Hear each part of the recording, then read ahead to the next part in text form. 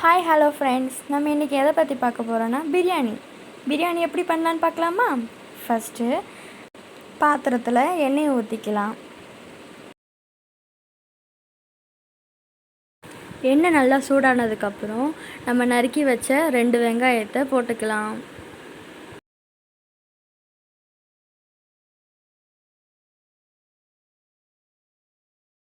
அப்புறம் அதை நல்லா கிண்டி விட்டுக்கலாம். அப்புறம் 2 ஏலக்காய், 2 கிராம்பு, 2 பட்டை, இது 3த்தையும் ஆட் பண்ணி நல்லா வதக்கி எடுத்துட்டு நல்லா கோல்டன் ப்ரௌன் ஆகிற வரைக்கும் நம்ம அதை ஃப்ரை பண்ணணும்.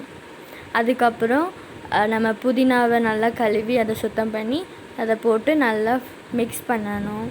அண்ட் அதுக்கப்புறம் 1 spoon chilli powder, 1 spoon biryani powder and 1/2 spoon கறி மசால் போட்டு நல்லா மிக்ஸ் பண்ணிவிட்டு இஞ்சி பூண்டு பேஸ்ட்டு எல்லாத்தையும் போட்டு நல்லா ஃப்ரை பண்ணணும். அப்புறம் 2 பச்சை மிளகா, அப்புறம் கொஞ்சம் தக்காளி அண்ட் தயிர் போட்டு நல்லா ஃப்ரை பண்ணணும். ஃப்ரை பண்ணி நல்லா வதக்கிட்டு அதுக்கப்புறம் நம்ம நல்லா கழுவி வச்சுருக்கிற சிக்கன் ஆட் பண்ணிக்கலாம்.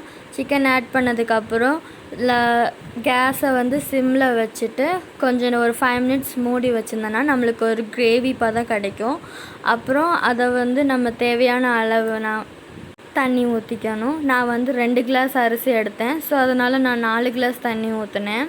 அப்புறம் நம்ம தேவையான உப்பு போட்டுக்கலாம்.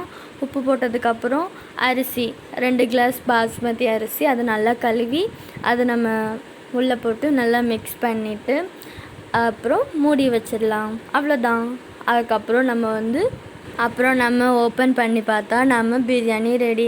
அண்ட் அதுக்கு மேலே கொத்தமல்லியை கழுவி நல்லா குட்டி குட்டியாக கட் பண்ணி அதை மேலே போட்டுட்டு அப்புறம் தோசைக்கல் மேலே நம்ம தம் கட்டியாச்சு. தம் கட்டிட்டு அதுக்கப்புறம் நம்ம ஓப்பன் பண்ணி பார்த்தா பிரியாணி சூப்பராக இருந்துச்சு. அதுக்கப்புறம் என்ன பிளேட்டில் போட்டு சாப்பிட வேண்டியதுதான். அது நல்லா வெந்திருந்துச்சு, சூப்பராக இருந்துச்சு. தேங்க்யூ ஃபார் வாட்சிங்.